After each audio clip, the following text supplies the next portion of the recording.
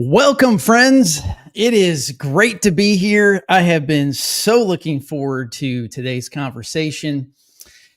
If this is your first time with us, well, welcome. We're grateful you're here. We are all about spending time in the Word of God, having great conversations, discussing things that maybe other people don't want to discuss. And today I have I'm going to call him a new friend of mine. I hope he'll feel the same way, as we have an incredibly honest and authentic conversation with someone that really has changed my life. His book is just one of the key books that helped me get a grip on.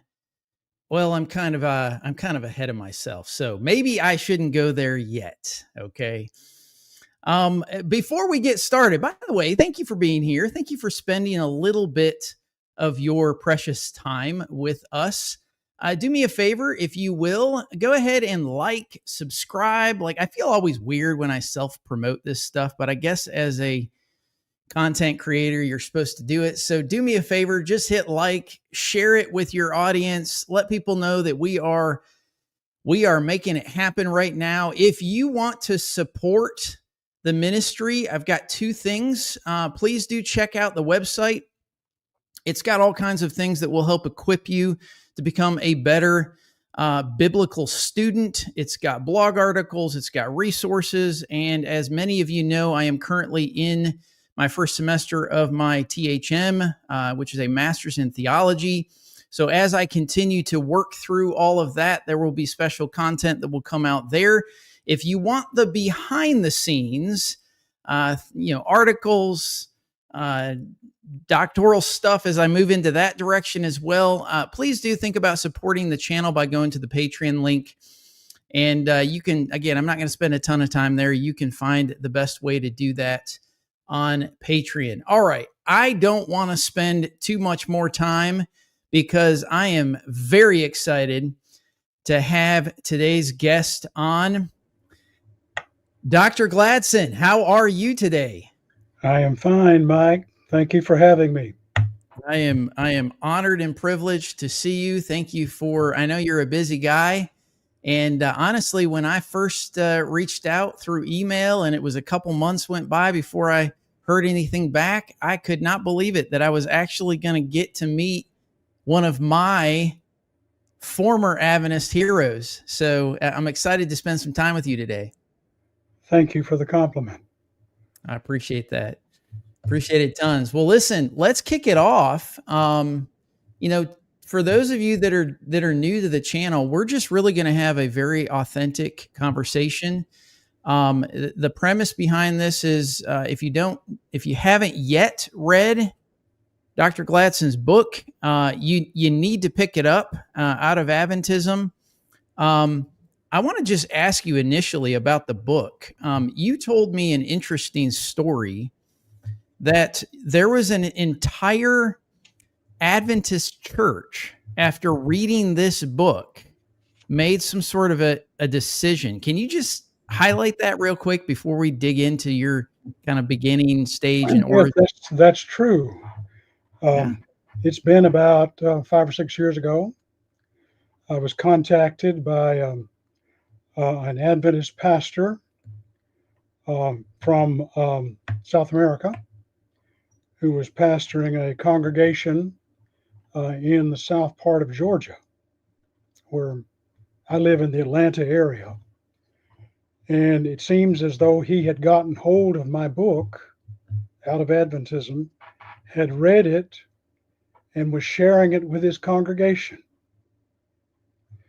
Well, as he shared the book with his congregation, the congregation voted to leave the Adventist church and to join with the Christian Church Disciples of Christ. Wow. And he is today pastoring in that context with that church. Now some people would hear that, and as a staunch Adventist, I think their response would be, that was the working of the devil, the crazy phrases that Adventists like to see. I bring that out in the beginning because I want people to know we're going to talk about the origin story. We're going to talk about how did you even put this book together? Why is it important? Because people making those kinds of decisions, that's not a light decision. Well, let me just say a word about how the book came into being.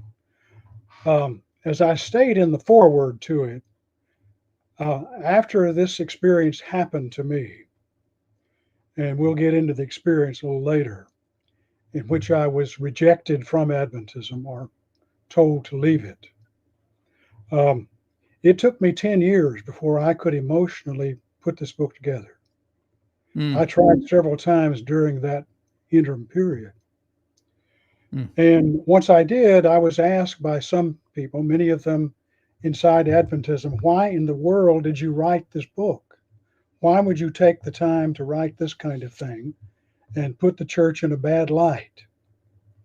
And my answer to that was this, that if I don't tell my story, no lesson will be learned by the church. So I wanted my story to get out there in the hopes that it might produce some kind of constructive change in the way of doing that is Adventism. And so I wrote the book with that premise in mind. And the congregation that read it in South Georgia is just an evidence that that kind of thinking was right on, that my story caused some changes there in their life. I reject the premise that people who leave Adventism do so because of the influence of the devil. My experience is quite the opposite. Yeah. I mean, I left it because I began to disagree with it, fundamentally disagree with it. Why do you think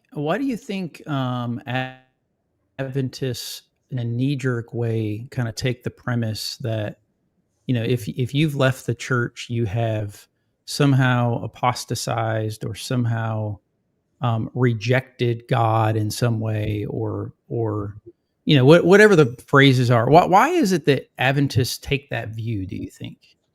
Well, because they see themselves as they put it, the remnant church.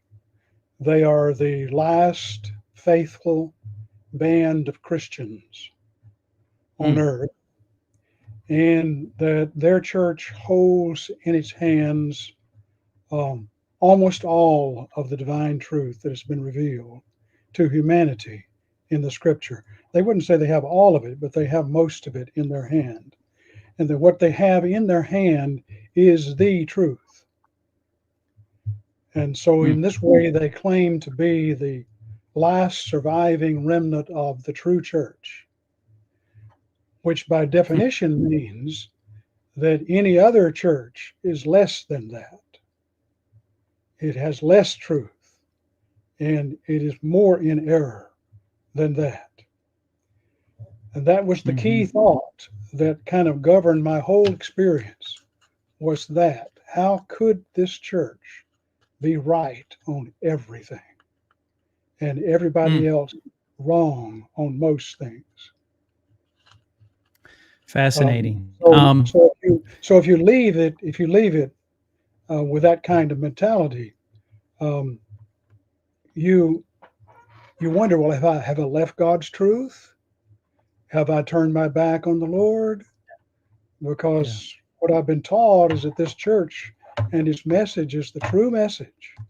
And so if I go contrary to that, I will have left God. The church is in some ways confused with God in that regard. So we were talking both when we first kind of connected over the phone, and then as we were getting ready for today, we were talking about you and I's experience have been different in the Adventist church. As I mentioned to you, and many people that are watching have seen my personal testimony. I know I shared it with you. You watched my personal testimony. And I'll just say this: it's a person's personal testimony is something that really can be argued. We like to argue against doctrine or teachings or interpretations, or we squabble around this, that, whatever, how we understand the Word of God. But a person's personal testimony is very powerful. And my background is, I'm a third, fifth generation Adventist. Like, that's all I knew growing up. I even mentioned to you that I guess it would be is it a great uncle? What is my mom's uncle? What would that be? Would be a great uncle to you. Is that a great uncle? Yeah. That was almost the conference president for the entire denomination. He was selected by Pearson back in the late 1970s, early 80s, and of course didn't make the cut. But so my entire upbringing is just saturated with Adventism. Tell us a little bit about your experience. What drew you into Adventism? What's your origin story? Well, my experience is quite the opposite. I have no legacy of individuals in my family who were Adventists, except for an aunt, who was on my father's side, who was influential, and I think probably was the leading force in getting my mother and my father to listen to the Adventist story. I became an Adventist, a baptized member of the church, in my early teens as the result of an evangelistic meeting. And prior to that, some home Bible studies. Most people may realize that Adventists often evangelize in that way. They give home Bible studies to people, and I'd had those, experienced those. And so in this evangelistic crusade, as a result of that, I was baptized into the church. I soon strayed, however, from that. And over the next few years, as many teens will do, I strayed from the church and finally ceased going entirely. That persisted until I entered high school. And I was, through all those years, an avid reader. Reading plays a great role in my life, both in terms of my own reading and in terms of writing and publishing books. That's kind of my passion. I got hold of a little book that my mother had purchased from a camp meeting. This is a large regional gathering of Adventists. And in the old days, they used to actually camp out there. So they're called camp meetings to this day. But I got this little book. It was titled Lambs Among Wolves. And although at the time I wasn't interested in spiritual reading at all, for some reason that book drew me. So I thought, well, I'm going to at least take a look at this and see why it has this compelling power to draw me in. And I did. And I suppose it was halfway through that book, I had what I refer to as my aha moment. And that moment was, I knew that I wanted to be a follower of Christ. I didn't know what that meant at that point. I didn't know anything about salvation by faith or what even that meant, but I did make that commitment after reading that book, and then started attending church regularly and getting involved in it. So I look back on that as my conversion experience, actually, and it came a little past the time I became Adventist. So it's really interesting. I'm gonna ask you maybe a side question. Do you remember who wrote that book? Meade McGuire. I own the book today. I have it in my library. I've kind of put it back in the safety deposit box to keep it. It's interesting to me that, and I don't know, maybe you can speak to this. Have you recognized that many Adventists' experience coming into Adventism is through some sort of an Adventist book experience, like an Ellen White book experience, or something other than the Bible experience? Have you recognized that to be the case, or is that like a total? Yes, that's true. Off thought that doesn't.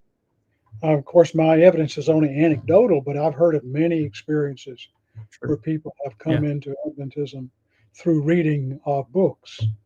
And of course, Adventists have what they call a canvassing ministry, in which individuals sell books, Adventist books, door to door.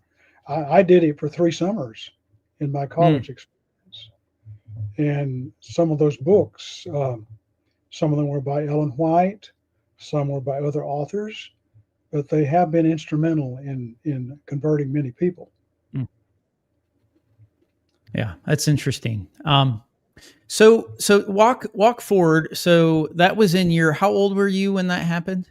When that happened, I was about 14 when that happened. Okay. I have a little difficulty. I lost you. I'm sorry. Precisely. I was about 14.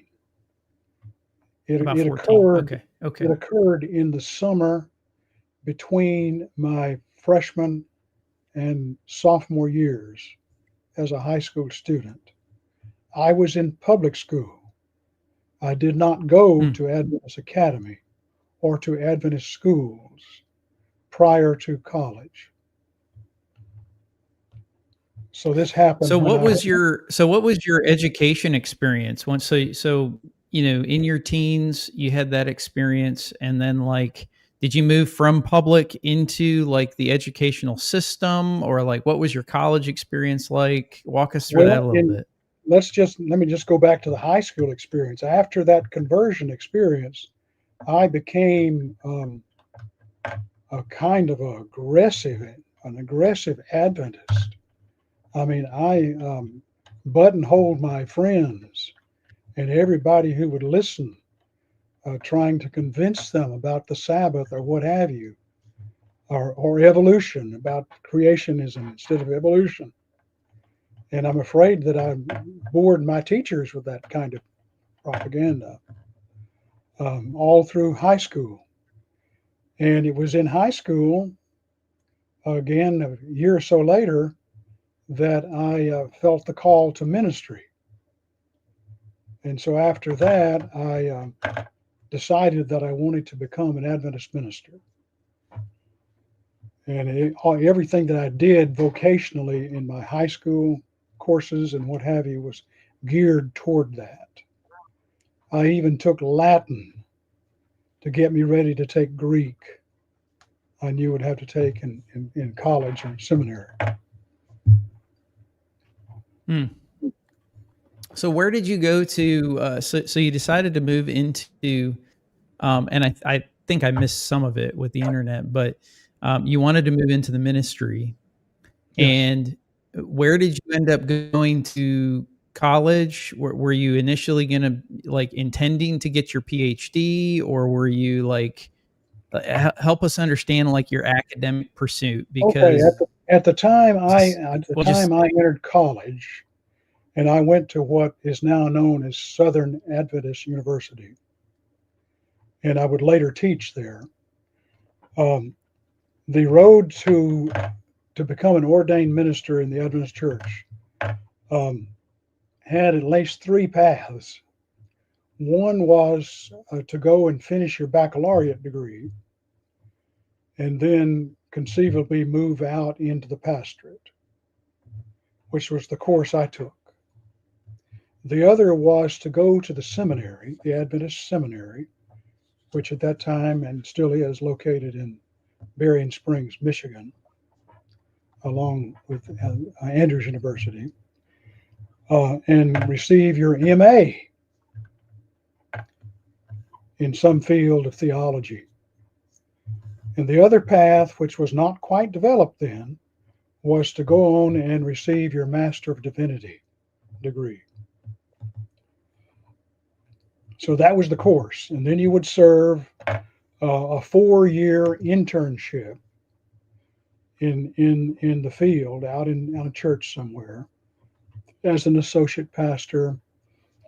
And then you would qualify for ordination, which was done after the 4-year internship. The path that I took, partly by choice and partly by the fact that this was the only opening I had, was to leave college after I finished my bachelor's degree and go immediately into a church as an associate and serve my 4-year internship leading up to ordination, which I did. So I was ordained what was your 4 years later, after college, and I was at that time pastor of a church in Kentucky. And that was around what time period? Well, I was ordained June 14, 1969. Okay. And how long? So how long was tell us a little bit about your like pastoral experience. What was it like to be, an Adventist pastor? Did you have people that asked, doctrinal questions or question the faith, or because the the 60s, 70s, 80s as as this book, which is not your book, but it's one that anyone here that sees this should read this book. Those were some very interesting times for the Adventist Church. Yes, you speak of that particular book. That book begins with the presidency of Robert Pearson, who is one of the chief actors in that particular book. And he comes into the General Conference presidency about the time I began my ministry in a local congregation. Let me just go back to my experience in Ashland, Kentucky. That was my first church. It was a little church of about 100 members up in Ashland, Kentucky, right on the Ohio River, right where West Virginia and Ohio and Kentucky come together. Well, I was far removed from all of those political events that led to Robert Pearson's presidency. I knew nothing of all of the machinations that went on behind that. And I was a very loyal Adventist. Well, I had a district. That's what Adventists call the area that an Adventist pastor has, like a district. And I had 10 counties in my district. And I literally roamed those counties, talking to people about Adventism, giving Bible studies. I mentioned Bible studies earlier in my own experience, but I began to give them in homes. And they were very doctrinally organized. And yes, this was a kind of intense form of evangelism. It really was proselytism, because what I was doing was persuading people who were members of other churches to leave them and become Adventists. And I was really quite successful at this. So much so that I look back on that period of time, and I wish I could go back and see some of those individuals and have a little visit with them now, after all these years. But yes, there always was in Adventism some kind of doctrinal controversy going on. I never remember a period of time in which there was not some controversy going on. And in the 1960s, it was a controversy over the doctrine of salvation. That was in the air all during the 60s and during my period of time of service as a pastor. Eventually, I received an invitation to become pastor of a church in Nashville. It was one of the conference's largest churches, and I was only 29 at the time. I became the pastor of that church, and that marked a turning point in my Adventist experience. All the years that I had been out of college, I had been seeking an opportunity to go to seminary. But by 1970, when I became pastor of that church, I had this strange desire to go now to a non-Adventist seminary.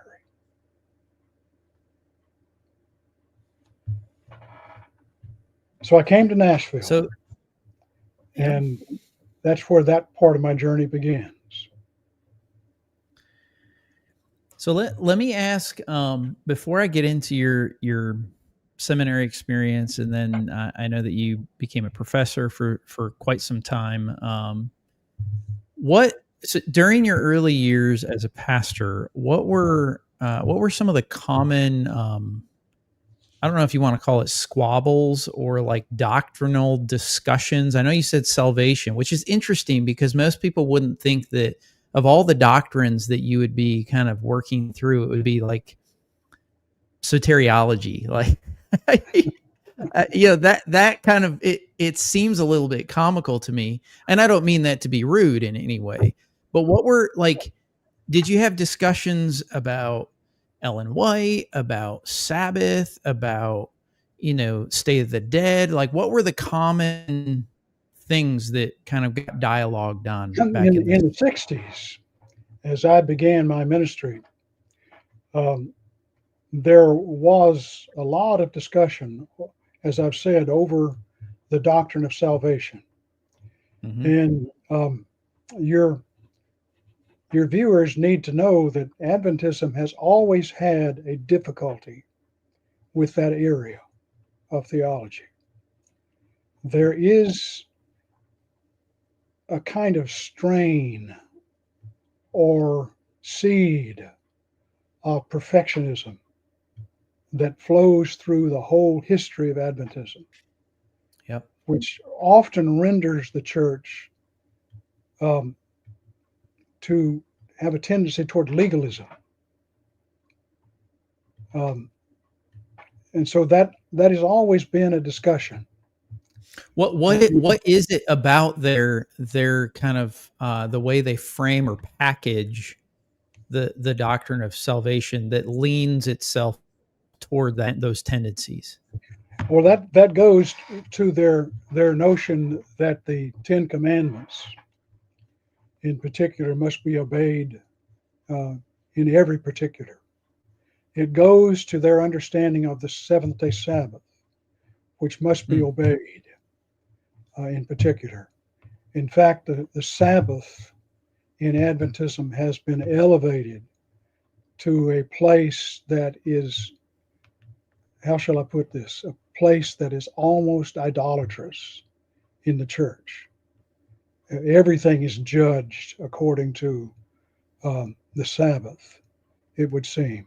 The one question I have gotten most often since I have been out of that tradition is this one: what have you done with the Sabbath? Not what have you done with Christ? What have you done with the Bible? But what have you done with the Sabbath? Or it will sometimes be, do you keep the Sabbath still? That's the overriding ambition. And I think that obsession with the Sabbath has led to an obsession with keeping the law, which has intruded itself into the Adventist understanding of salvation to such an extent that at times it has broken out in forms of perfectionistic theology. And that would happen later in my experience, in which the perfectionism would come to the surface and would divide the whole denomination. That would be in the 1980s. So you so you mentioned this connection to the law and Sabbath. I know that one of the major claims that Adventism has is that it's rooted in Protestantism. They have this fascination with kind of being like we're the ones that hold true to Protestant ideologies. Would you say that the Adventist system holds a different relationship to law and grace? Like normally the Protestant understanding is that you are saved only through grace alone, by Christ alone, it has no, there is no connection to the law, even though the law has an importance, but you can never marry the law with grace. Is that am I correct me if I'm wrong on that? How does the Adventist church kind of understand how law fits into their Protestant understanding? Well, I think it needs to be said that Adventism does believe in salvation by faith. Mm-hmm. But what happens often with that formulation, well, they will affirm it and it's in their theology, their official statements. they will quickly add, but you are saved in order to keep the law. You're saved in order for good works. Of course, that's stated that way in Ephesians, that we're saved by grace through faith, and that we're saved in order for good works. Good works are the fruit of our conversion, the fruit of God's work in us. They are not the means of salvation, not the reason why we have salvation. That is by faith. The doctrine of Paul and the doctrine of the Reformers was precisely that. And but there is some question as to whether Adventists represent that doctrine correctly, and whether they are, in fact, the harbingers of the Protestant Reformation on that score. Because their doctrine of salvation eventually becomes more like the one taught by the Roman Catholic Church in the day of the Reformers.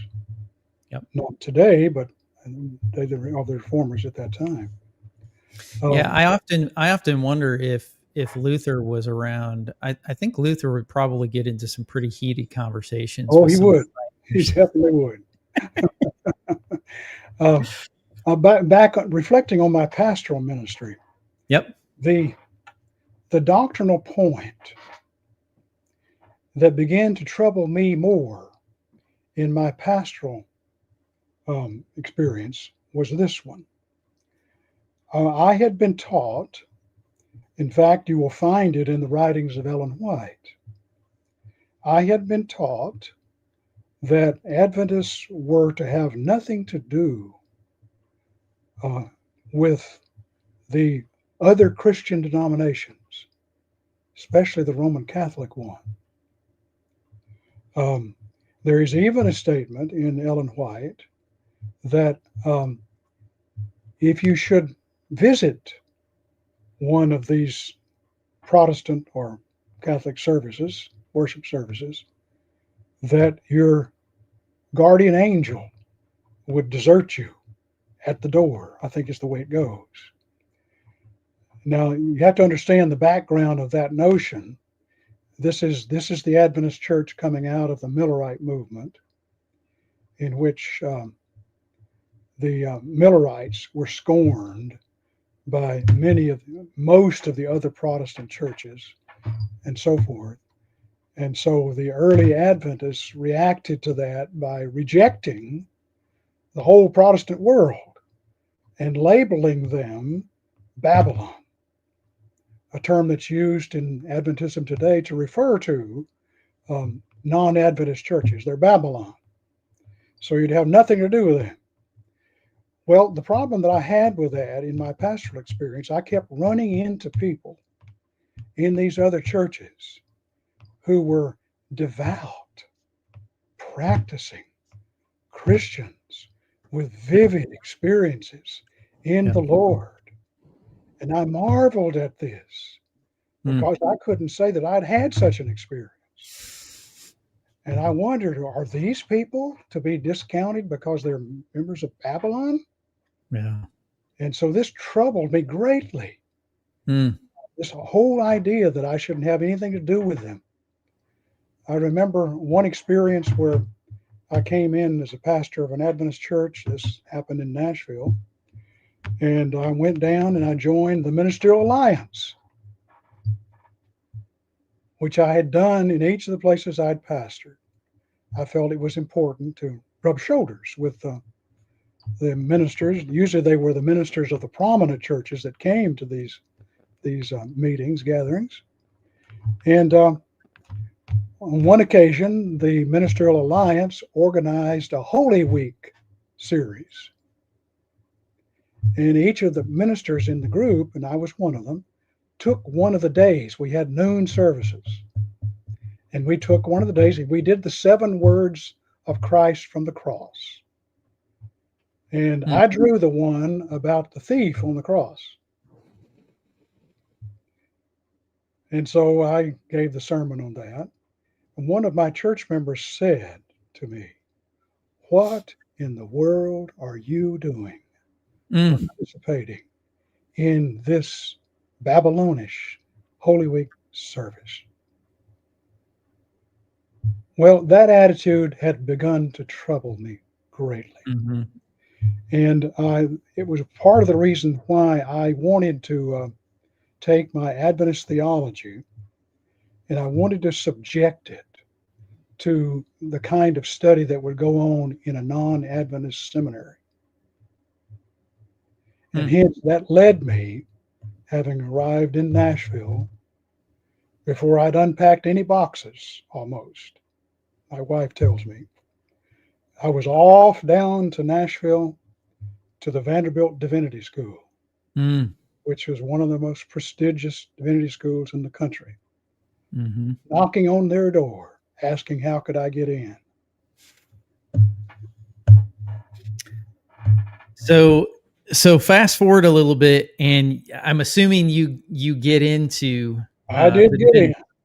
divinity. I did get in finally.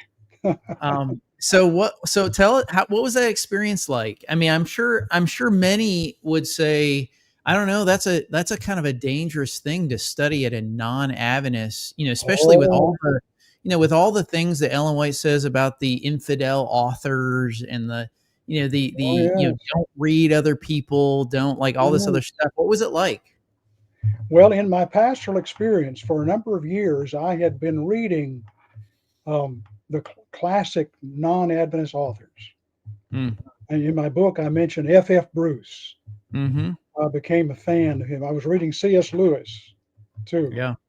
And I'm wondering all the while why I hadn't been exposed to this kind of rich spiritual feast that I got in these authors. Yeah. And so that had given me an appetite to pursue more of this.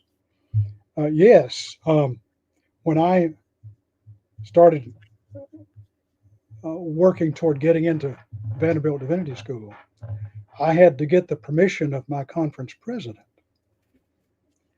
So I started with a class in Hebrew.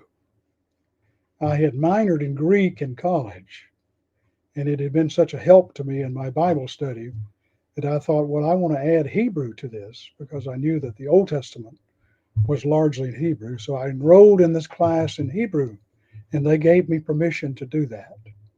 Well, that was the beginning.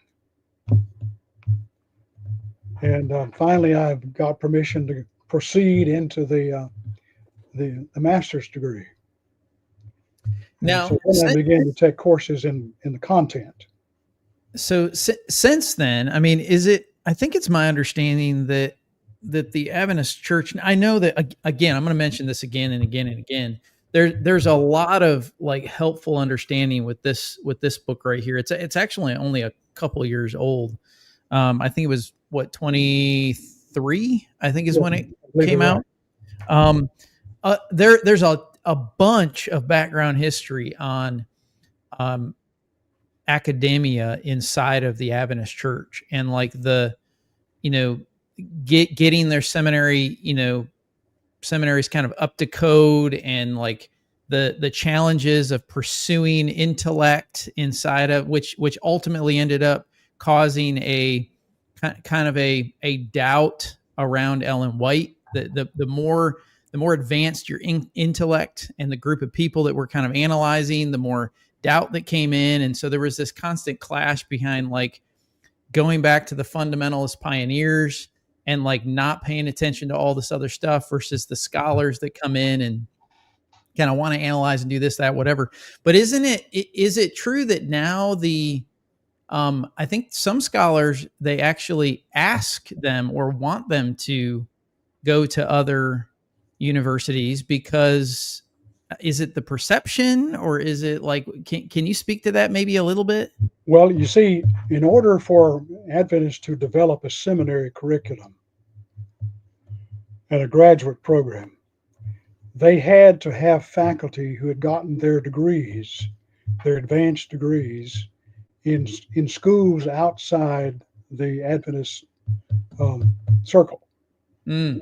So that led to a number of Adventist scholars, with the denomination's blessing, going to non-Adventist schools to receive their degrees. At first, they got their degrees in auxiliary fields to things like theology and biblical studies. The fields like archaeology or church history or things like that, which are valid subjects of study. So in the beginning, few Adventists would go into a field like biblical studies or theology in one of those non-Adventist schools. Well, you see, I was heading out in biblical studies. I was going to go right into the maw of this kind of critical study and see what it said. Would Adventist teaching hold up to that? Could it hold up to that? Was one of the questions in my mind as I pursued this. Now, I fully expected at the time that it would. Yeah. I was just going to test it to see if it would. And so I began my study. And I'm afraid the first few courses, I found myself arguing with the professors over this point and that point, making myself a nuisance, writing papers against what they were saying, and so on. That's fascinating. So was your seminary experience, was it part of what caused like maybe the first crack or a fracture in your solidarity The answer to to that Adventism? has to be no. There were, Okay. I describe them in my book as tiny fissures in the doctrinal seam clothing that had already occurred in my thinking. And what I would do with those things at that time, I would simply put them out of mind, put them into a category that I would call for future study, and continue to affirm the Adventist position in spite of those doubts that were there. Did the university increase those? Of course they did. Yeah. I'd like to tell you about the moment of my aha moment in that curriculum. But let me just say that in the middle of this course of study I'm pursuing at Vanderbilt, and by this time I'm over in the graduate school. At Vanderbilt, the Graduate School of Religion and the Divinity Center are just kind of enmeshed with each other. I was over in the graduate school, and I got a call from Southern Adventist University, what's called Southern Adventist University now, to come and to take a position as an instructor in religion. And after much agonizing, I accepted that call, and I moved to Collegedale near Chattanooga and began my teaching ministry while I was engaged in this graduate program. And that was around what time frame? This would have been 1972. Okay. 1972. Okay. And that began my teaching career there, which lasted until 1987. Let me go back. For the viewers, I obviously like that was my, just so people understand, I was born in 1980. So I was not yet even you were not even here. I was eventually but eventually, as my story progressed, I ended up actually attending, both my wife and I attended Southern Adventist University. I understand that. In the early 2000s, obviously years after you had gone. I've said this before. I kind of feel foolish saying this now, but I actually proposed to my wife in a religion class with Judd Lake, who is, I think, he was one of my students. Yes. Was he? He was one of your individual. student. He was a good Fascinating. student, Fascinating. fine individual, Yeah. earnest Christian. So tell us a little bit about your experience, because this is going to get to the root of your book, because you spend quite a bit of time. Would you say your professor experience at Southern was the some of the most challenging time periods of your kind of journey? It became such. In the Yeah. beginning, that wasn't the case. The 1970s, when I started the teaching career there, probably the first 7 or 8 years were a delightful time. The student body was great.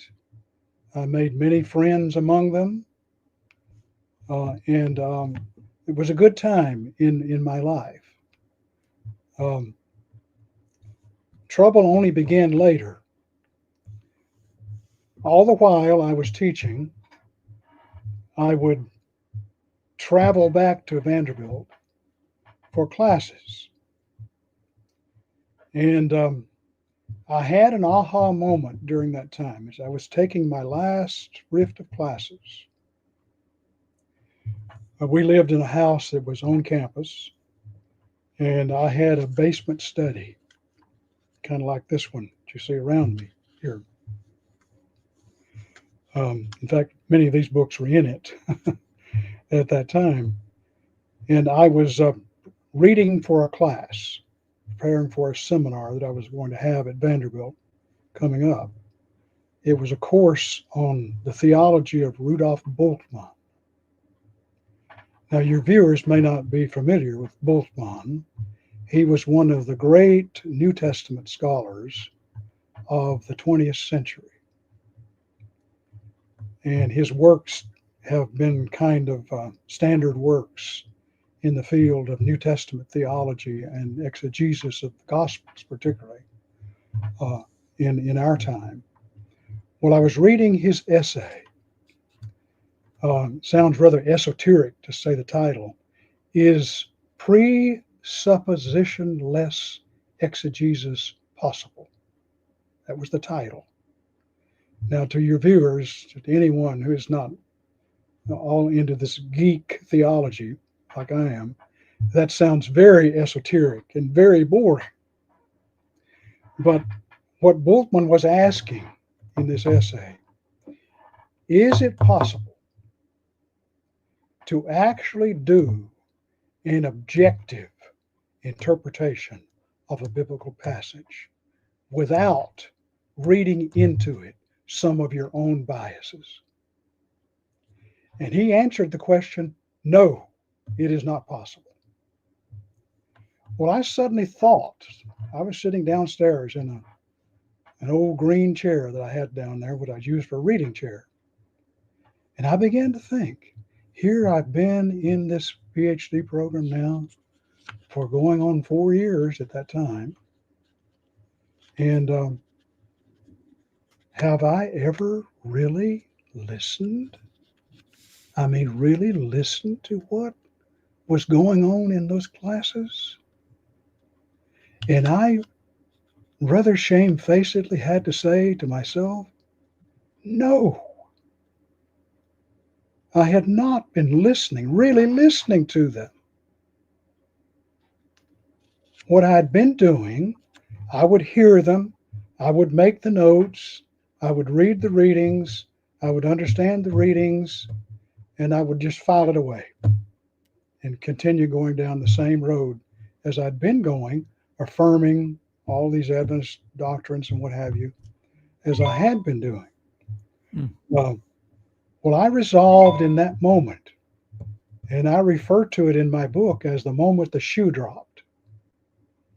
I resolved that I would really begin to listen.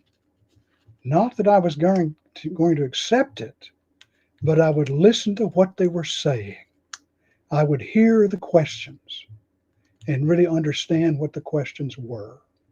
Because many of their classes were all about getting the right question, asking the right question of the text. Yeah. And so I began to listen, really listen. And that moment in my experience was a change. Because as I began to listen, I began to hear and to understand what was being said and began to realize that what its implications were for Adventist doctrine. And maybe you want me to illustrate that. For example, I can do that. Just very briefly here. Yeah. The Adventist doctrine is largely based on the apocalyptic texts of the Bible. Adventists have focused in much of their theological thinking on Daniel and the Revelation. These are apocalyptic texts, texts that are full of symbols, texts that are full of dualistic thinking, good versus evil, the heavenly versus the earthly, all kinds of symbolic beasts and so on there. Well, I learned in my classes at Vanderbilt that in the past century, maybe past 50 years or so at that time, much had been learned about these apocalyptic texts. Scholars had discovered scores of them, non-biblical apocalyptic texts, that enabled us to better read these prophecies, these apocalyptic texts. And I knew that if I employed some of that new understanding of apocalyptic text and applied it to Adventist thinking on Daniel and Revelation, that I would come up with an answer that would be in contradiction to the Adventist understanding of those texts. And that discovery was what was the major point of my experience in my Adventist life, was when I began to realize that it would affect the whole of Adventist eschatology. Eschatology being last day events, and thus would go to the very core of what was Adventism.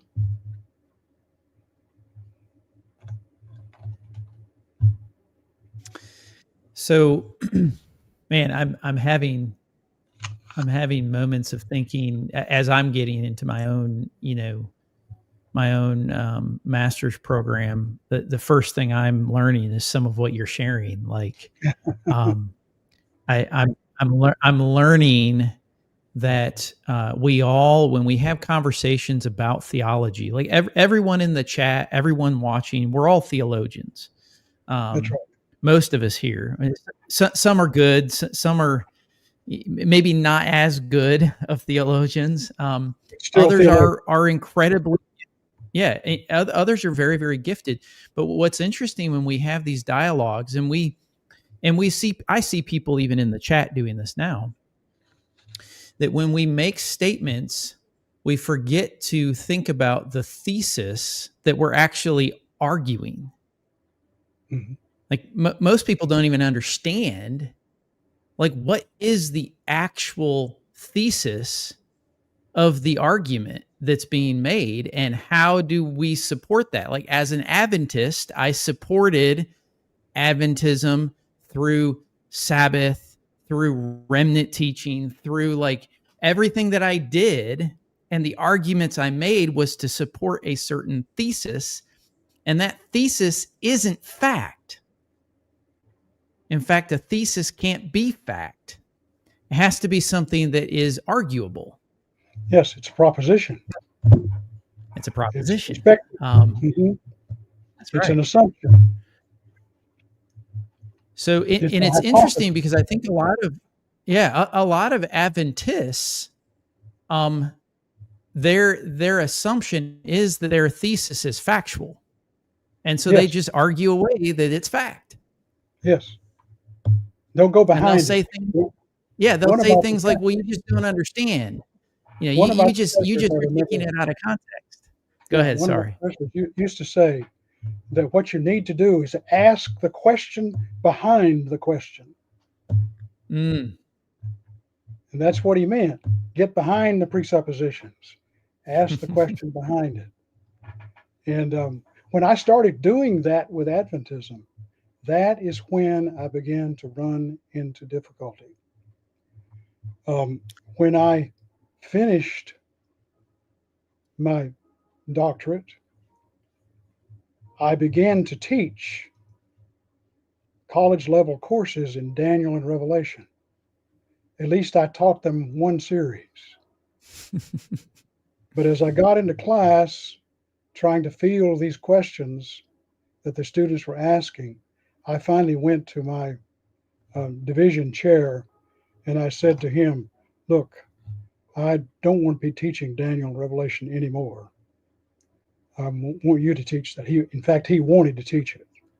So he took it over. And I was relieved of the responsibility of having to. I describe it in my book as trying to walk these students through a minefield where there are IEDs everywhere and Yeah. hoping one of them didn't step on one of them and it would blow up in our face. Um, What are so in your professional academic opinion, what are some of those minefields in Daniel? One of them would become a controversy Mm. later in the 80s. I won't get into that one. That particular one, well, that prophecy of Daniel 8, it's an apocalyptic vision, has a period of time in it that's stated in verse 14 as 2,300 evenings and mornings, Mm-hmm. which Adventists see as 2,300 days, or with a day being a year in their thinking, 2,300 years. It was that prophecy that William Miller in the 1830s used to calculate the end of the world, which he said would come 2,300 days after. This is going to get confusing. After the date 457 BCE would reach down to 1843. And so he began to say that the Lord would return, Jesus would come back in 1843. Of course, that failed. He recalculated it to 1844. And Adventists were joined with him in this. And of course, they gave the message the Lord would come back. And in 1844, of course, it didn't happen. And the Adventists kept the calculation, 1844, but moved the event that was supposed to take place, namely the judgment of the earth in 1844, moved it from earth to heaven and began to say that, well, it was in heaven that the judgment started. That's convenient, huh? Yeah, this is a doctrine known as the investigative judgment. Yeah. Well, that was one of the issues that I experienced in this rethinking of the way Adventists go about interpreting these apocalyptic texts.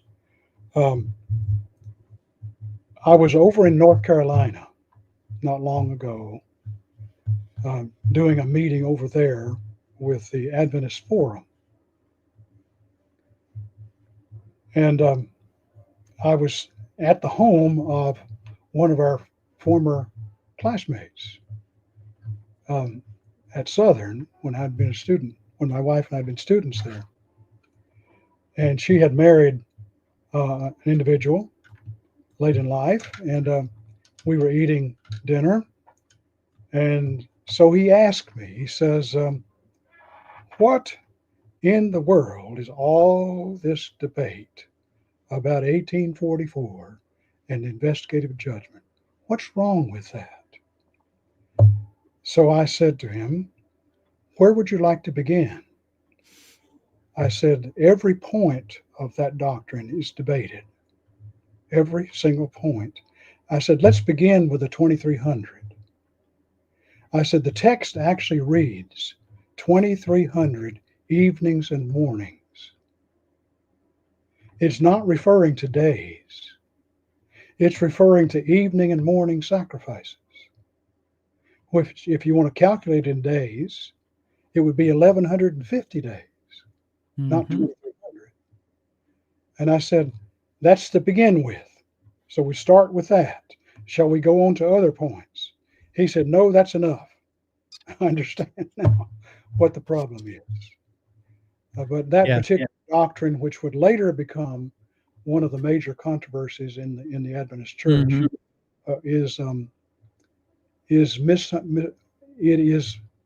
how shall I put this? It is mistaken at almost every point in its development, as others were to see. Yeah, I wasn't the only one who saw that.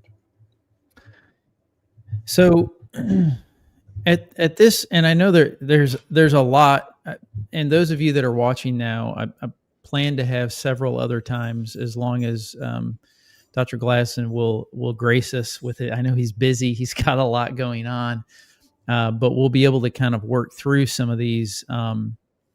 I would say conflicting interpretations of some of these key, minefields that most people don't understand why they're so controversial. That again, like you just expressed, why is 1844 such a big deal? Why does it have to be? We've even got some Adventist pastors now. I just listened to one the other day. I won't mention his name, who was on a show that pretty much concluded, yeah, it's distinctive, but you don't really have to believe it. I mean, it's fine if you don't.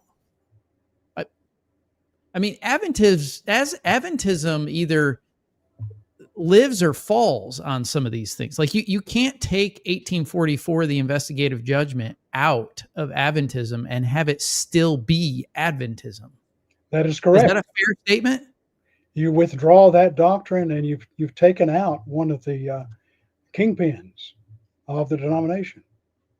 Well, if you believe that that's, let's just say that there's a small error. Let's just say that something was wrong with it. Mm-hmm. Well, now you're claiming that Ellen White doesn't have the authority that the church teaches. And that's because Ellen White certifies and affirms those calculations and 1844.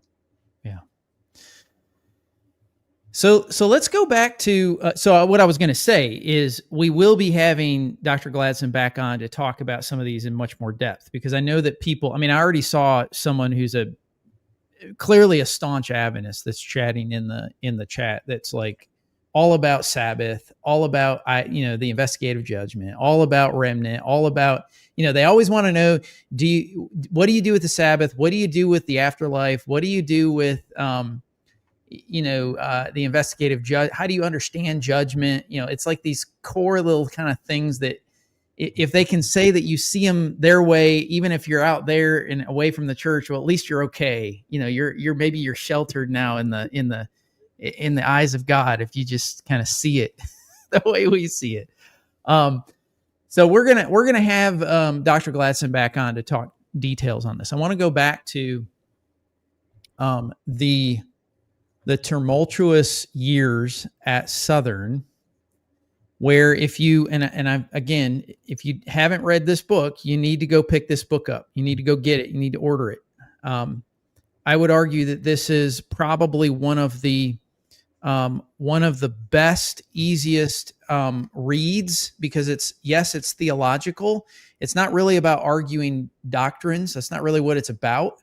It's the journey through which Dr. Gladson went through from a mental standpoint, from an intellect standpoint, the journey that it took for him to eventually make the decision. And it's very, very powerful. But I want to go to this time period at Southern, where you talk about a witch hunt. Can you talk a little bit about what was it like for you to be targeted in such a way for your theology and be talked about and kind of secretly, almost like there's a journalism, like, is he really an Adventist? Okay, the controversies that you're referring to developed after I had finished my doctorate. And you could probably, around the year 1978, 79, we began to experience the theological turbulence that came about in the Adventist Church. And that turbulence seems to have been initiated by a master's thesis written by an Anglican clergyman called, the title of the book was The Shaking of Adventism. He was an Anglican? Yes. And Really? he's written this master's thesis at an Australian university. And in the thesis, he pointed out and documented that the Adventist doctrine of salvation, we talked about this some, the Adventist doctrine of salvation was really not like the Reformers' doctrine of salvation, but was more like the Roman Catholic view of salvation, which was contested by the Reformers. Well, I got the book and I read it, and I went back and did my own research. I went back to the Council of Trent and those documents that were given in the Reformation period, and I came to the conclusion, well, this Anglican clergyman by the name of Paxton, I said, my word, Paxton's right. He's got this thing right. Now, I realize that the Reformers had different takes on this. There was a diversity among the Reformers, and maybe he was stating it too simplistically, but at the core, he was right. Well, along about that same time, a former Adventist named Robert Brinsmead began to say the same thing in his publication. And an Australian theologian named Desmond Ford began to say the same thing. And these individuals were suddenly controversial. We invited Paxton to come to the campus of Southern Adventist College. And Paxton is not an Adventist, right? He's not an Adventist. Okay. We brought him there, and he went to an Adventist forum. My wife and I, Laura and I, hosted him in a backyard party when he was there in our backyard. Well, that was the beginning of woes. Immediately, the community around us began to, and some people in it began to get up arms that someone from the religion faculty would even dare associate with Paxton after his criticism of the church, and even have a reception for him in their backyard.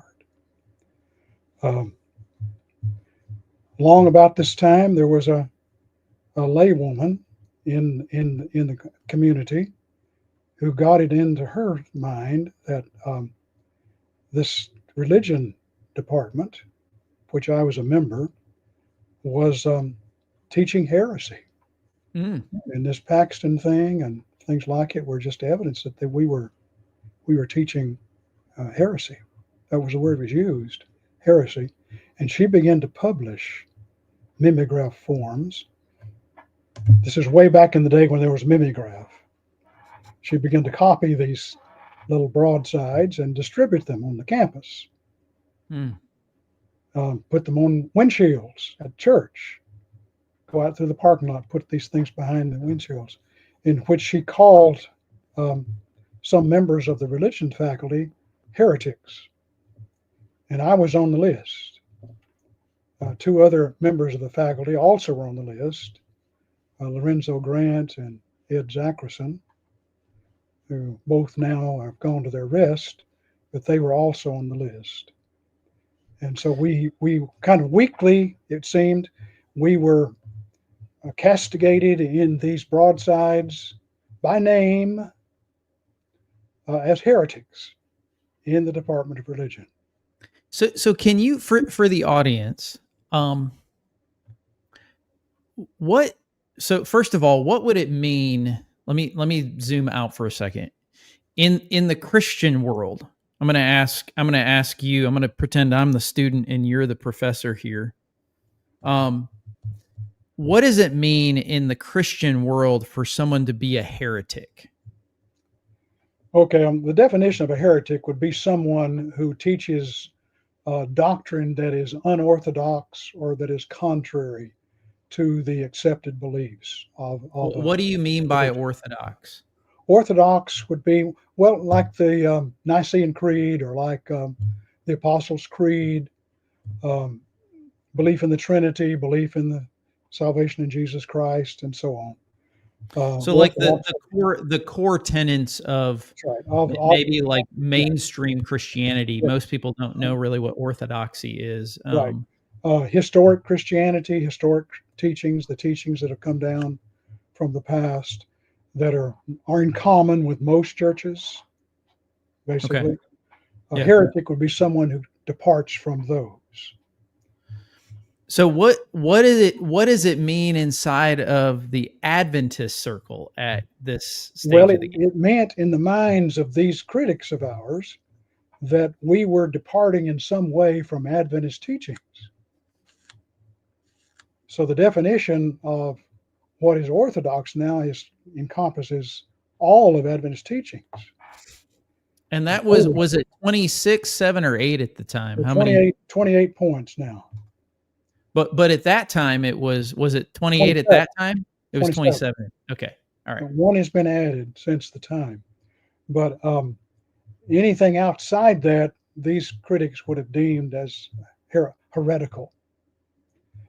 And that will come to be more and more the expression used. Well, the church administration in the Southern Territory, which is the church administration that governs Southern Adventist University, began to listen to the critics and began to absorb what they were saying. As one of them put it, where there's smoke, there's fire.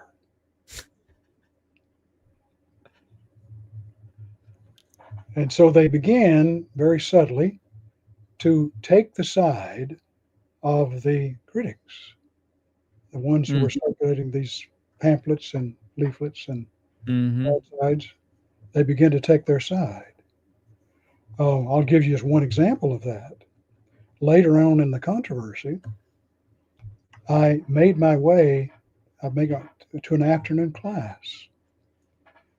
And as I got to the door of the classroom, here stood one of the critics with a sheaf of mimeographed pages, giving them to the students who entered the classroom, warning them of what they were about to experience in this heretical class.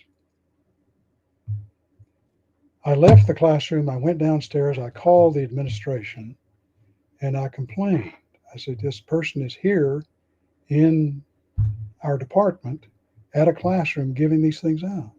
And the answer I got was this: it is a free country and there's freedom of speech. That's how much the administration had listened to the critics, our critics. I could imagine that would be a fairly stressful environment to try to teach. It was horrible. Yeah. one of the strategies that were used during that period of time, and this may sound strange to people, even unbelievable, certain students would take the class in order to spy on the professor and actually make recordings of what was said and then quote lines of it out of context, almost always out of context, in these broadsides that they would give out. So you never knew when you faced a class the nature of the people who were in it. One professor during that period of time decided that what he would do in his classes he would not take any questions. That he expected the students to sit there and listen to his lecture and then leave the class. He would be taking no questions because it was dangerous to try to answer some of these questions. Yeah. And you took your life and you took your profession in hand if you tried to answer some of these questions that were being raised. You know, what comes to my mind is I thought that Adventism was supposed to be a denomination of unity, and like our doctrines like are so united and everyone is so like, you know, they teach this like we've got everything figured out, everyone's divisive out there, we aren't, we have everything figured out. And yet you've got people that have, I want to ask you, it seems like I remember in this book, there was a story of a couple of students meeting you in your office. Yes. Am I remembering that right? Yes, and that comes a little later in my experience. I'll get to that. Let me first of all talk a little bit about the my experience on the Biblical Research Institute Committee. Okay, yeah. While I was teaching at Southern, actually early in my career, I was asked to join. The college sponsored me to join the Biblical Research Institute Committee of the General Conference of Seventh-day Adventism. Now, what that committee consisted of, and we go by its acronym, BRI or BRICOM, it consisted of a body of Adventist theologians drawn from all the colleges. Each college had a representative on it, usually from the religion faculty. And our job was to deal with some of these critical questions that were coming up. And the way it proceeded would be for members to be asked to do a paper, an academic paper on a different question or topic that was at stake. And I gave several of those myself and watched others give them on these key topics. And once I'd finished my first one,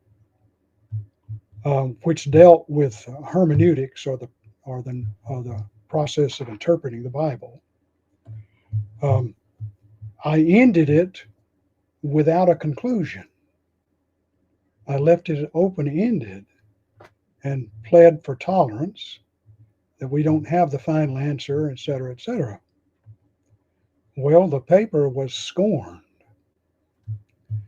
Outside the meeting, in the hall, as we took a break, one of the veteran members of the committee came up to me and he said, "I've been on this committee for a long time. Let me give you a little friendly advice. When you're asked to do a paper before BRICOM, figure out what conclusion they want you to reach, and then use your scholarly abilities to document and reach that conclusion. If you will do that, you will live to fight another day." I was on the BRI for 10 years, and it was one of the most disillusioning experiences of my life. I remember when I first went on, I thought, hey, this is wonderful. I'm going to get to sit down with all these Adventist scholars and figure out some of these questions I've got. I found out it was the very opposite. Mm.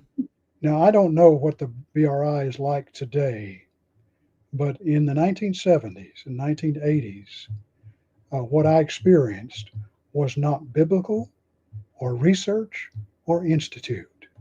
It was simply a machination for promoting the church's traditional doctrines without question. Mm.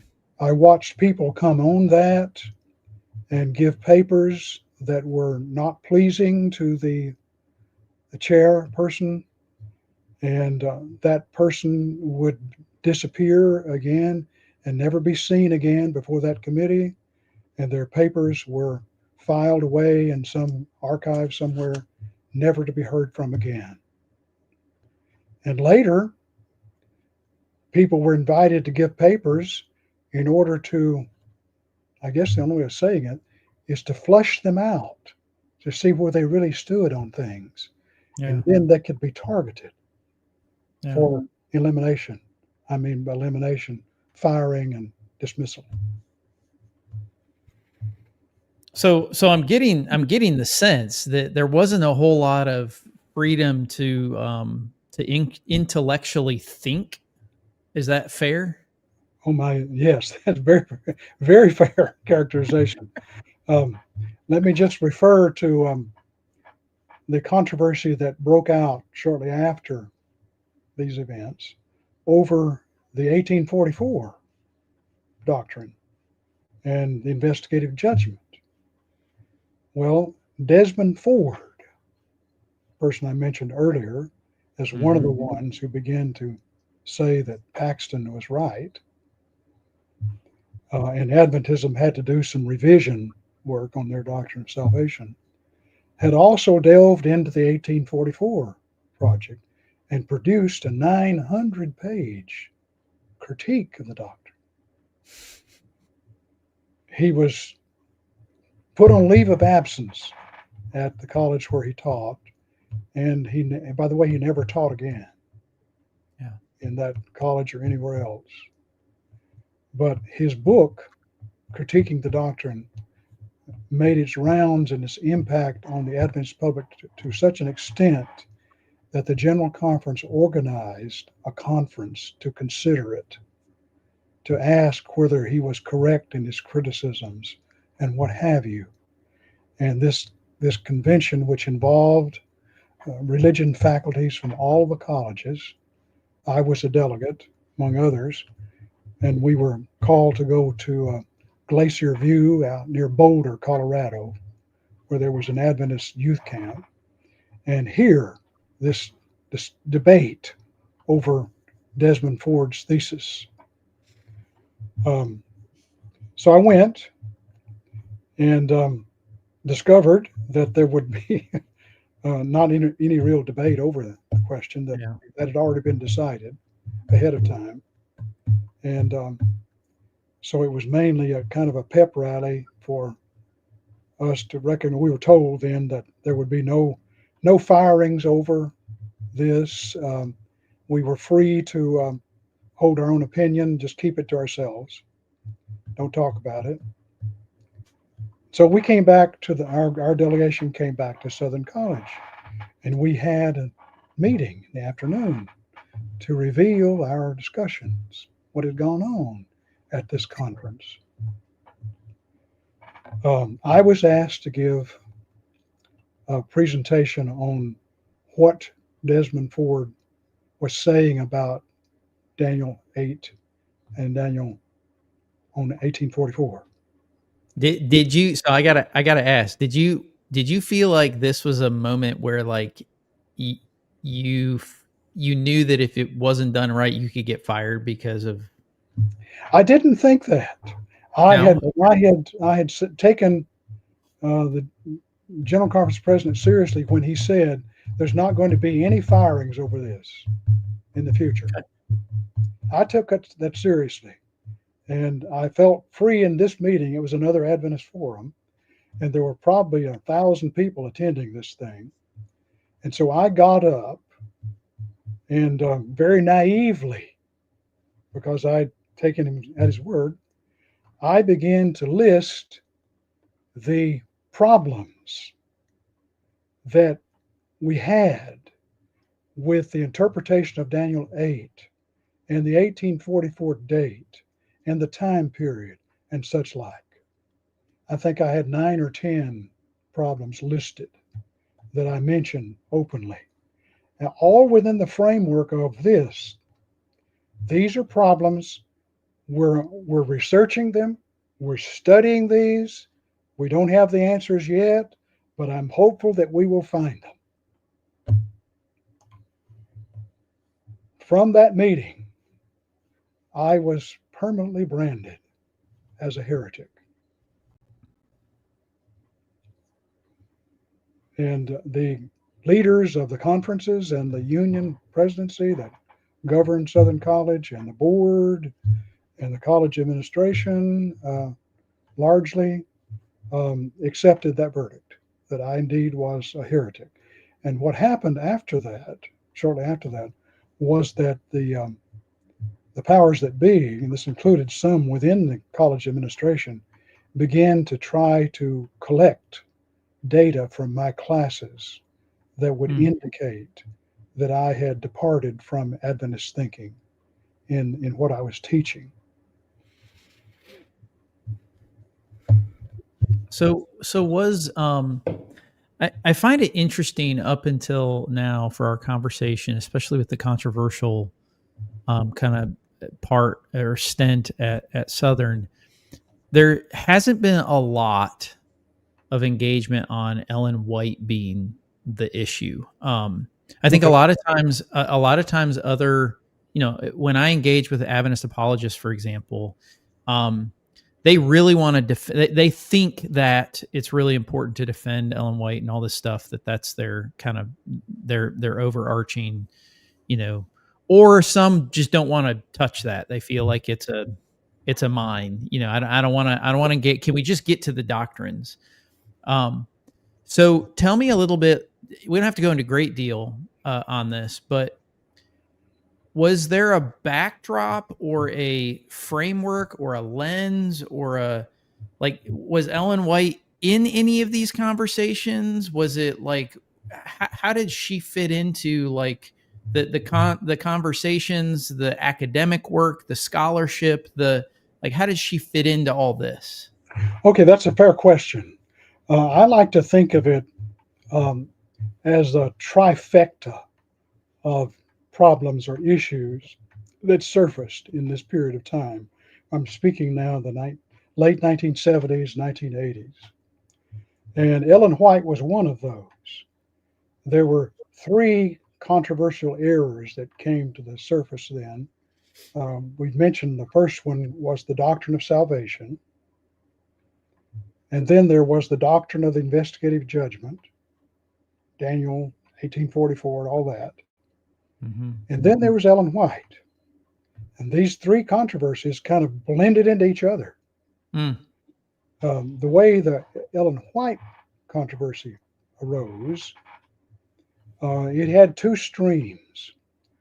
One was in, I believe it was 1976, Ronald Numbers, Dr. Ronald Numbers, who had been a classmate of ours, wrote this book you're holding on the screen, The Prophetess of Health. Ron Numbers was a historian, history of science, actually. And he had moved into Loma Linda University as the professor of medical history. And he said, one of his colleagues said to him one time, you ought to investigate the idea that Ellen White has borrowed some or many of her health ideas from other people in the 19th century period in which she lived. Well, he began to research that. He began to talk with his friends about it on the faculty out there. And the General Conference got wind of this discussion, and they fired him. He then went to the University of Wisconsin, where he taught the rest of his career, and he wrote this book, Prophetess of Health. And what that book talks about is how Ellen White borrowed or took her health ideas, health advice, and so forth, that Adventists believe is kind of unique with her, that she borrowed it all from other health enthusiasts of the 19th century, including some of their bad ideas. Yeah. And he documented that in this book. Yep. Well, that was the first salvo. And that book became very controversial in Adventism. And Ronald Numbers, wasn't he his dad, was his father an Adventist pastor or someone in good standing? An Adventist minister, that's correct. Yeah. And his uncle was the General Conference president, William H. Branson. Well, wow. I was later to have a lot of correspondence with Ron, and we interact with him in several ways on these issues.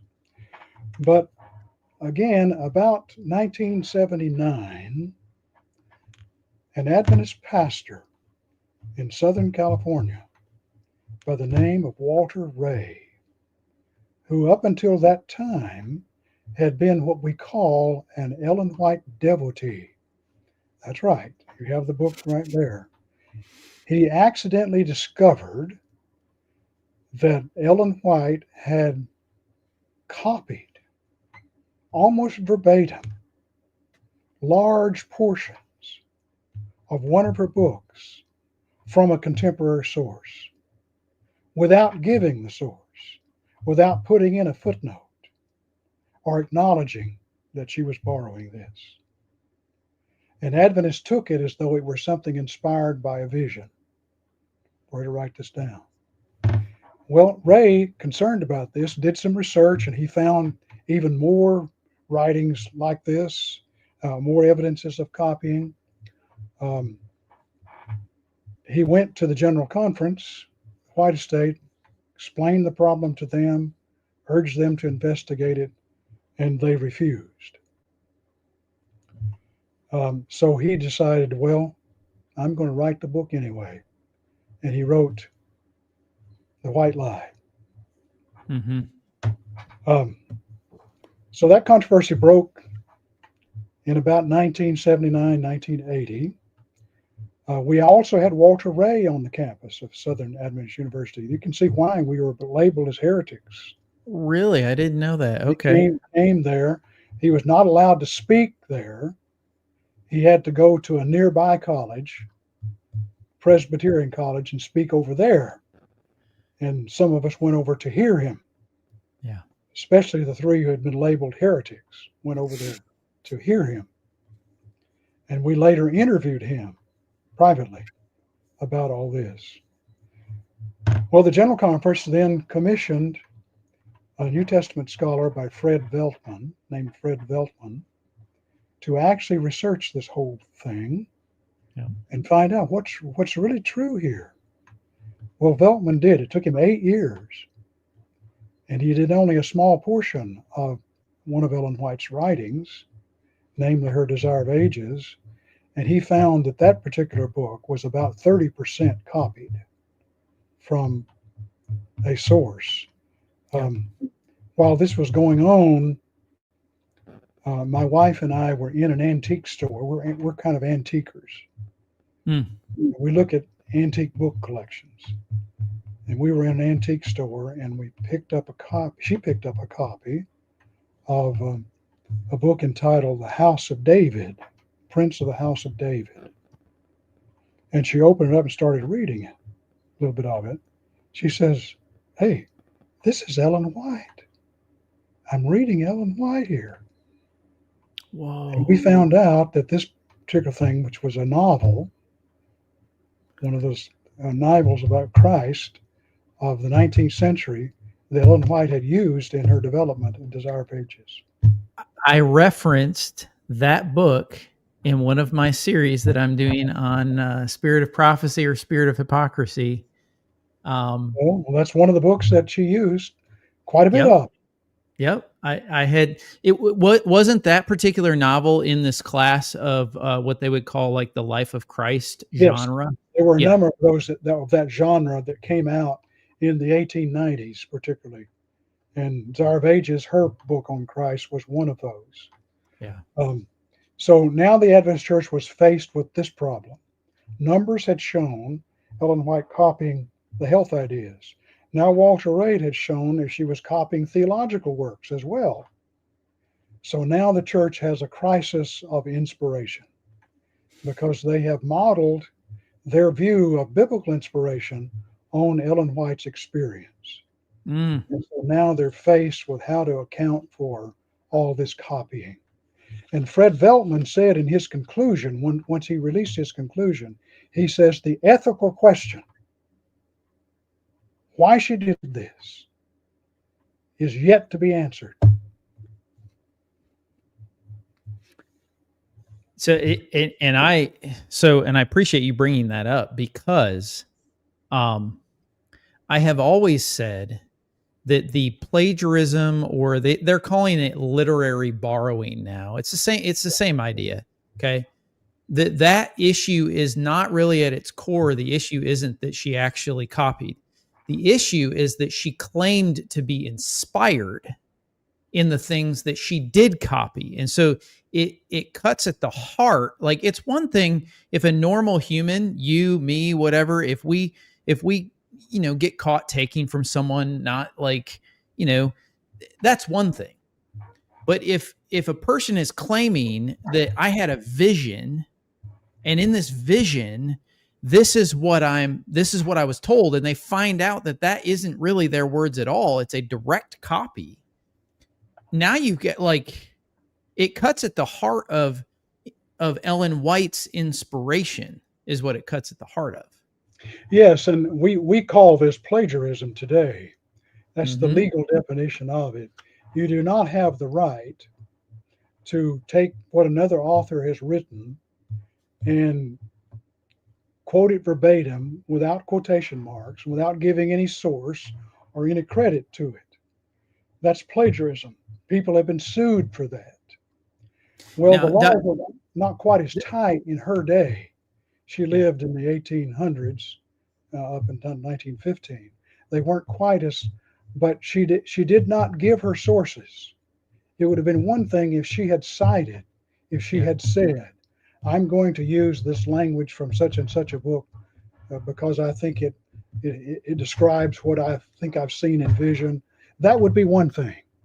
Yep. But to just simply announce it and not give a source and claim that it was you're writing down an inspiration vision that you had seen. It makes me think of one time in a class, I quoted Ellen White. This is now while this controversy is raging. And I heard a voice from the back of the room. I still don't know what it said it. His question was this: where did she copy that? The students were tuned in to these questions. Yeah. And they would often ask these things in class and put you in a real awkward situation trying to answer them in a way that wouldn't be offensive to the devotees of Ellen White.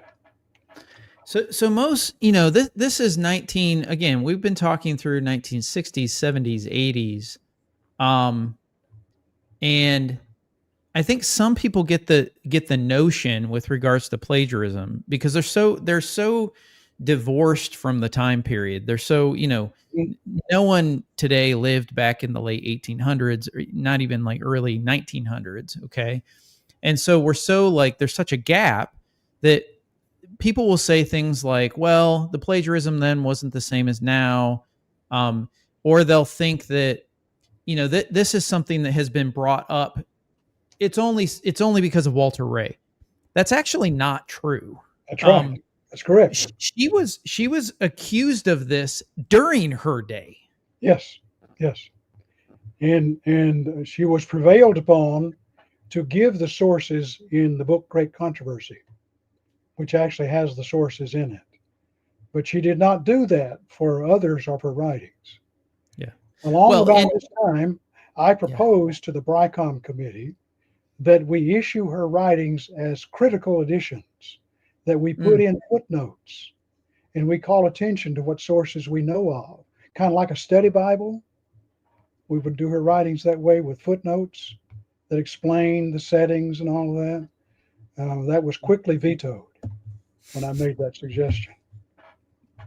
Because I mean, and maybe I'm guessing at this wrong, but that would attack her authority. Yes. That would encroach upon the way the church understands her authority inside the church. Yes, and they took it that way. It created a crisis in Ellen White. Yeah. A crisis from which she has not recovered to this day. Yep. There have been various attempts to explain this phenomenon, because it's very extensive. I point out in my book that we only have a study on a small part of the book Desire of Ages. We do not know what sources may be found in any of the rest of her 100,000 pages of published materials. Yeah. We don't have that. And we know from from Ronald Numbers that there's stuff that was borrowed in the health message, which is the health message is a part of Adventist understanding of the three angels message and their like Great Commission and their whole, it fits into their, like, this is why we are kind of the remnant church. Like, we're called to bring people back to the creation, Edenic, diet and this whole, so it's baked into, and this is the challenge. I don't mean this to be too derogatory, but the Adventist theology is almost like this. Maybe I shouldn't say this. It's almost like a cancer. Like, the tentacles go everywhere. You can't pull one of the 28 out. They all. You have to accept the whole package. Yeah, I liken it to pulling out the cords of a knitted sweater. You pull one strand out, and next thing you know, you got to pull another strand. But as you pull these strands out, the garment begins to disintegrate. Yeah, it's kind of that way. Yeah, it's a good analogy. And that's what I experienced with the Adventist theology, was that just gradually, this happened over time. Each point began to become more ambiguous and more uncertain. Yeah. And the support for it began to evaporate on closer study. And Ellen White was one of those doctrines, and she it's hard to understand the phenomenon of Ellen White. Ron Numbers said that to me. I had a lot of correspondence with him in his later years. He's deceased now, unfortunately. Yeah. But he did a revision of that book. He has a revised version of that. Yeah. Which gets into a little bit more of how the church reacted to that book when it came out. Yeah. So you've brought up, I found out that he had passed away. I'm so new on the scene of this because my family and I have left the Adventist church, over the last 2 years or so. And so we're newer on the scene. And so I actually reached out to the university that he was a professor at, thinking that I could find him. And the response back was, we'd love to be able to pass that information along, but he's no longer here. I don't think that he'll be able to have a conversation with you. Right. He retired, and the last I had from him, he was living in an apartment there in Madison. Yeah. And he was working on a biography of John Harvey Kellogg. Really? I don't know if he ever completed that or not. Interesting. So the three things you kind of mentioned, and I know that there's a lot more we could dissect. I mean, you mentioned initially, soteriology, or the doctrine of salvation, the concept that Adventism kind of has around that. Then you mentioned the 1844, what really pans into, I know it starts with the 2300, but it's really this investigative judgment doctrine. That's right. And That's then you mentioned Ellen White. What's that? The investigative judgment is the official name of the doctrine. Yeah. And So it is required. It is required. It is required. You must affirm it. You can't be an Adventist in good standing and not accept that doctrine. Not affirm it. That's correct. That's correct. Yeah. So I'm gonna actually read something that kind of closes this all down. This is from this book right here that I want my audience to know that it was probably about probably 3 weeks or 4 weeks ago that we had our initial phone conversation. And in that conversation, you mentioned this book, and I immediately ordered it. I have to get this book. I did not know about it. I'm so grateful that you mentioned it, because it's really helped kind of pave the historical path of why all this stuff is so controversial. So this is actually on page 104. It presents the background to my own struggles. Yes. What you're reading in that book is the background to my own struggles. Yep. This is Coping with Change in Adventism from 1966 to 1979. This is the time period that Dr. Gladson is talking about. Okay. But here's a quote, and this is coming from, who is it coming from? It's coming from Horn, a guy by the name of Horn. Yep. And he says this is a direct quote from him. This is on the 2300 days. Okay. From an exegetical standpoint, we cannot arrive at the conclusion that Daniel 8:14 refers to the heavenly sanctuary and that the 2300 days end in 1844. And then it goes on. Horn reported, increasing numbers of the committee were conceding that it was only because of the endorsement of the traditional interpretation by Ellen G. White that it could be sustained. This is back to Horn, there was no other logical way to support the SDA views. And that's correct. That was the conclusion I reached. And for those wondering, this is from an Adventist historian. This is not in good standing right now. This is an Adventist historian. Okay. Yes. All right. So as we're rounding out about the 2-hour mark, and I told you that I would try to do my best to honor your time. I appreciate so much that you've been with us. So I want to talk a little bit about what was, as you put together this book, you mentioned, what was your exit out? Like, how did it actually happen? Okay, it was a process. It started about 1981.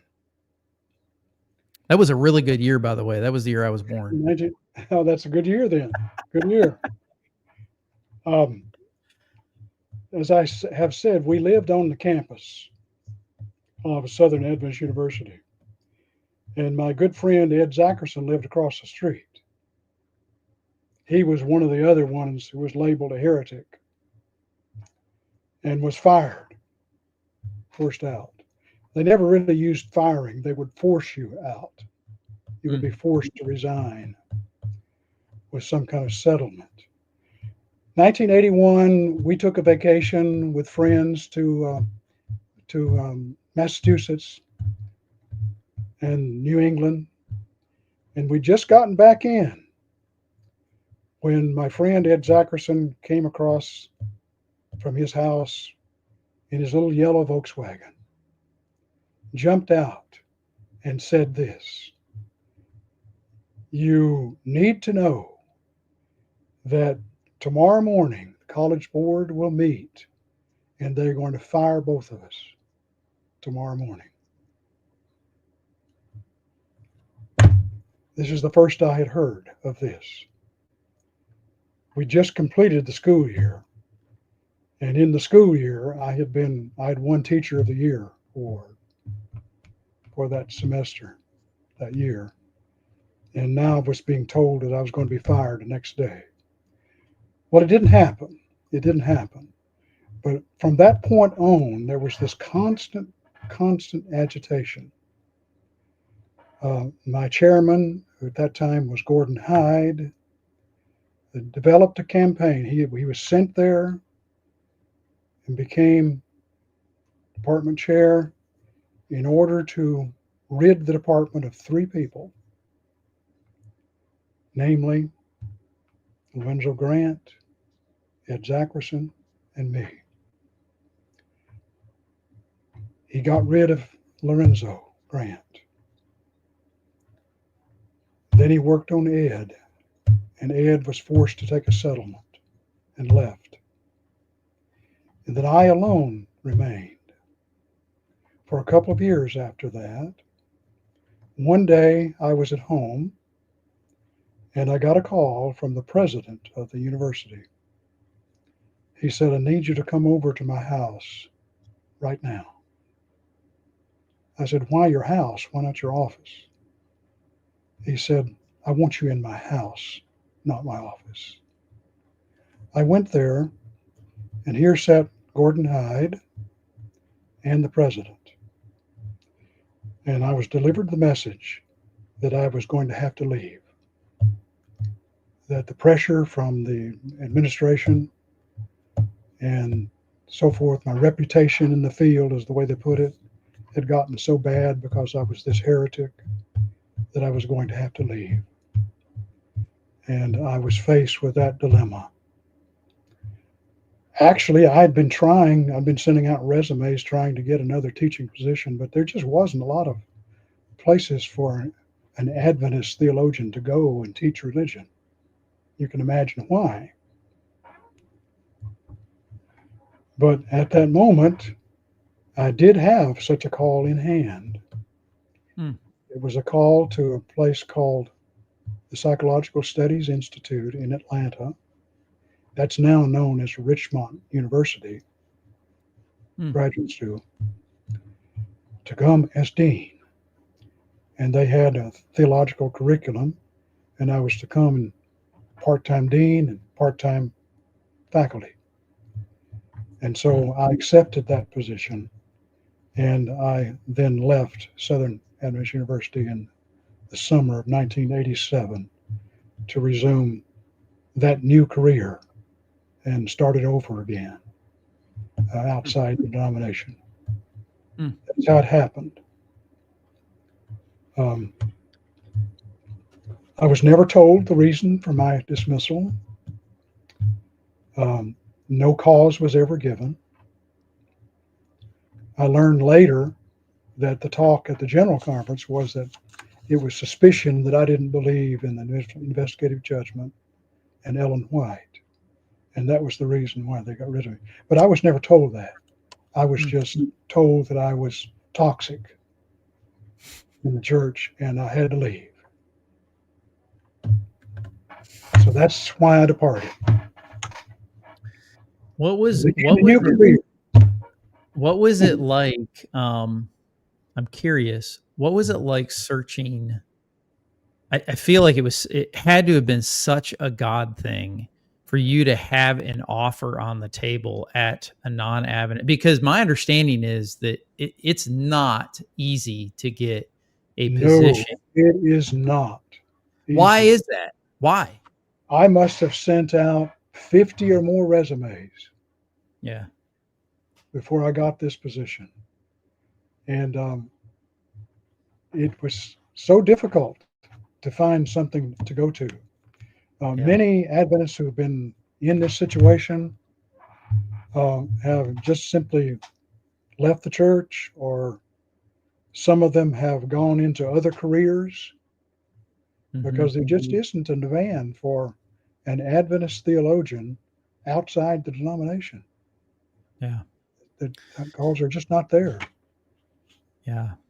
And so, I was going to say in my personal testimony, I mentioned, did you ever get a chance to go to, I know that it was mentioned actually in this book, but did you ever get a chance to go to SBL, Society of Biblical Literature conferences? yes, I did. Yes, I'm a member of the Society of Biblical Literature. Yes. So odd question. Are you going to the one in Boston this year? I would like to. I don't know. Haven't decided yet. Well, if you do, let me know, because my wife and I will be there. This is the first time my wife will be there. I'd love to connect. You mentioned that you go to the Adventist meetings that are held in conjunction with this. So, yeah. And I've been to those meetings. I've given papers in those meetings. Yes. Yeah. So one of the scholars that I met there, a lady by the name of Carmen Imes, you may have heard of her. She's got several books out now. Wonderful academic work. She's doing a commentary on Exodus right now. But I was able to dialogue a little bit with her, and it was interesting. She told me that at her, I'm going to leave her university out because it's not about her university. But at their institute, if an individual comes into or inquires on a position there with a PhD master's program through an Adventist institution, they're automatically declined. And I asked her, I said, why? Like, why is that?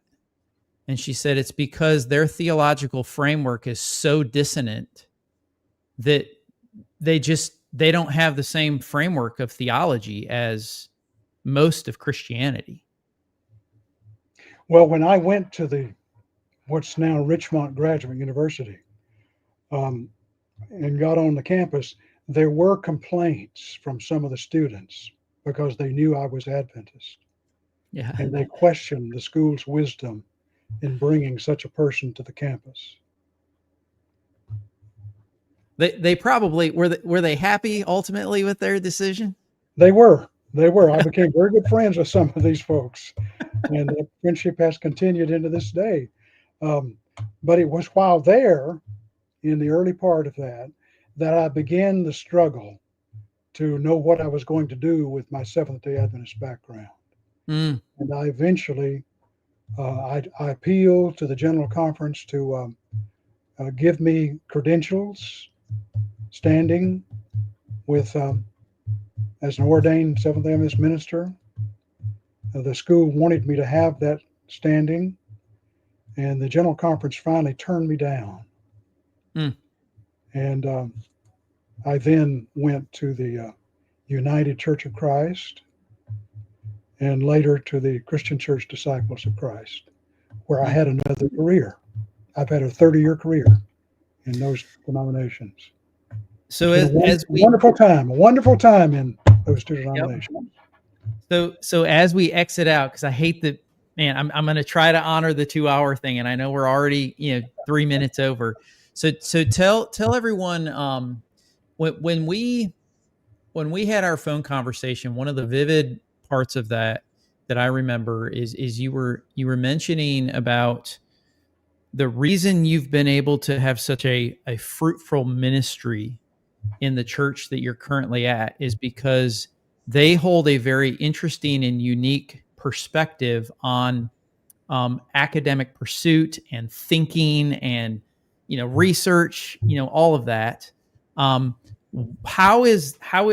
a little bit about how that's different from your experience in the Adventist both church. Both the United Church of Christ, now not the Church of Christ, the United Church of Christ. It's really a new name for the old Congregational Church, along with some others. And the Christian Church Disciples of the Christ place great stock in freedom of speech, freedom of opinion. You are allowed to have your own convictions, and they honor that. Have your own view. They say, at least the disciples put it this way, if you believe in Jesus Christ, then what you think about other things, that's your own opinion. And I have never felt in my 30 years experience with either of these denominations, and I still have standing in both of them. So I lost one church and gained two. I have never been pressured about my beliefs in either of these denominations. I am perfectly free to research and to write according to my own understanding of things. So it's been a wonderful experience, and I can't say enough about how it has been. I feel like I'm still in the honeymoon period with all of this and these other denominations. I know I talk like this with some of my former Adventist colleagues, and they don't even know what I'm talking about, the kind of freedom I've enjoyed. Yeah. So as we exit out, I was just going to ask, as we kind of exit out, what would be kind of like your ending statement if there's someone here that's watching that maybe they're a closet questioner, they've had questions, concerns. What would you say to someone that's they're currently an Adventist, they do have questions. What would be the approach, or how would you engage? What would you say to someone like that? Well, I would say keep asking your questions. Don't be afraid of the questions. Keep searching. Keep reading and studying. And try as you can to work with your local churches. You don't have to leave the church necessarily, but keep your own counsel. Follow your own lights. Think for yourself. And don't be afraid of the questions. My experience was I was put into a position where it was impossible for me to do what I'm saying to you, because inevitably someone would get at those questions. But listen to the questions. Don't be afraid of them. Recognize that the Adventist Church is not infallible, that it has gotten some things wrong. Don't be afraid to admit that. Don't be afraid to celebrate the good things of the Adventist Church. I regularly celebrate the fact that the Adventist Church gave me my love of the Bible. That is the reason why I went into biblical studies as my life work. That love of the Bible, I still have that. The Adventists gave me the health message, which I still practice. I'm still a vegetarian. I'm still a teetotaler. Those things. And that comes from my Adventist background. So celebrate the good things in the church, but don't be afraid to critique it, to ask questions, and to think for yourself.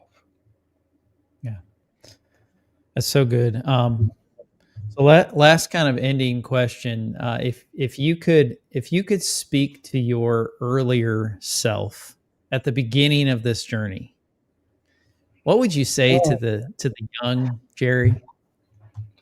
Well, the way I put that, and I've been thinking, I've thought about that question. The way I put it generally is this: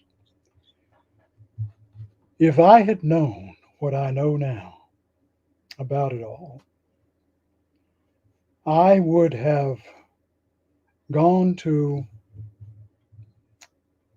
another college, state school probably, and I would have gone to the seminary of another denomination and entered its ministry. When I tell my wife that, I say, but that wouldn't mean that I never would have met you, because I met her at some Adventist University. So in other words, I would have chosen a different path into ministry at that time.